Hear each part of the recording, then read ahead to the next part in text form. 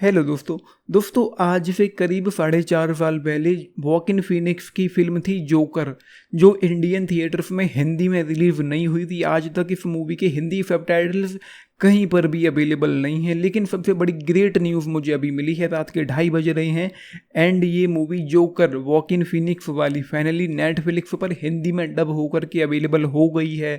जब मैंने ये न्यूज़ देखी, मुझे अपडेट मिली कि भाई जोकर मूवी आ गई है, तो भाई मैं मतलब कितना एक्साइटेड था न्यूज़ देने के लिए, मैं बता नहीं सकता हूँ। मतलब एक तरीके से शॉकिंग हो गया, सरप्राइजिंग हो गया कि भाई ये कैसे हो गया, ये मुमकिन ही नहीं था। एंड ये मैं पहली बार एक्सपीरियंस कर रहा हूँ कि डीसी की कोई फिल्म पहली बार हिंदी में डब होकर के डायरेक्टली किसी ओटीटी पर आई है। मतलब जो मूवीज हैं जैसे जो वंडर वुमन थी, सुसाइड स्क्वाड थी, वो टीवी पर रिलीज हुई थी, लेकिन ये मूवी पहली बार ऐसा हुआ है कि डीसी की कोई फिल्म डायरेक्टली ओटीटी पर रिलीज हुई है ओरिजिनल ऑडियो के साथ, बाद में जिसको डब किया गया हो। मूवी रिलीज के टाइम डब होती हैं, अवेलेबल हो जाती, लेकिन ये पहली बार ऐसा हुआ है जितना मुझे पता है कि मूवी रिलीज हो चुकी थी 4 साल पहले एंड इतने समय के बाद अब फाइनली मूवी हिंदी में डब होकर के रिलीज हुई है। एंड ये जो डबिंग की जो अपडेट्स हैं वो बहुत पहले से आ रही थी। एंड यहाँ पर एक चीज़ें और हैं, जो डबिंग है वो काफ़ी अच्छी है। एंड कुछ चीज़ें हैं जैसे कि जोकर का जो कैरेक्टर है वो जब भी अपनी जर्नल जो डायरी अपनी लिखता है, उसमें जो भी लिखा हुआ होता है वो नरेटर हमको सुना देता है कि डायरी में ऐसे ऐसे करके लिखा हुआ है, उसका हिंदी ट्रांसलेशन हमको सुनने को मिलता है। एंड उसके बाद यहाँ पर जो उसकी एक ग्रेट चीज़ मैंने देखी थी डार्क नाइट मूवी में, मुझे ऐसा लगता है कि डार्क नाइट जो फिल्म है वो ग्रेट मूवीज में से उन ग्रेट मूवीज में से एक है जिसकी डबिंग आउटस्टैंडिंग की गई थी, बेहतरीन डबिंग थी। मुझे ऐसा लगता है कि उस जैसी डबिंग किसी मूवी की आज तक हुई ही नहीं है।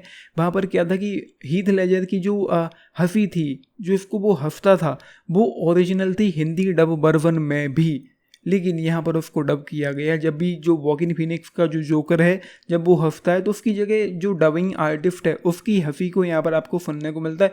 लेकिन मुझे ऐसा लगता है कि ओरिजिनल ही रखना चाहिए था, जितने डायलॉग थे फिर होने को डब किया जाना चाहिए था। जब वो हंसता है तो हमको ओरिजिनल सुनने को मिलता, तो वो ग्रेट एक्सपीरियंस होता। तो वो मुझे ऑनेस्टली स्पीकिंग वो मुझे उतना अच्छा नहीं लगा है। एंड ये मूवी मैं ऑलरेडी इंग्लिश में देख चुका हूँ, तो भाई इंग्लिश जो है, जो किसी भी मूवी हो, कोई भी मूवी हो, जो ओरिजिनल लैंग्वेज होती है वो हमेशा बेस्ट होती है, हमेशा ग्रेट होती है। उसकी लेवल की डबिंग कभी हो ही नहीं सकती, लेकिन स्टिल डबिंग काफ़ी अच्छी है। मतलब जिन लोगों ने जोकर मूवी अभी तक हिंदी डब ना होने की वजह से नहीं देखी तो वो देख पाएंगे, लेकिन बात यही है कि अगर आप इंग्लिश समझ लेते हैं तो आपको ये मूवी इंग्लिश में ही देखनी चाहिए। एंड आई एम श्योर कि इंग्लिश समझ लेते हैं तो आपने मूवी देख ली होगी, इंग्लिश में नहीं देखी है तो मस्ट वॉच है, क्योंकि वॉकिन फीनिक्स को एक्टिंग के लिए ऑस्कर मिला था एंड मूवी को म्यूजिक के लिए भी ऑस्कर दिया गया था। तो भाई ये सारी चीज़ें, बाकी मूवी जो अवेलेबल हुई है वो DD 2.0 ऑडियो चैनल के साथ रिलीज हुई है, मतलब 2.0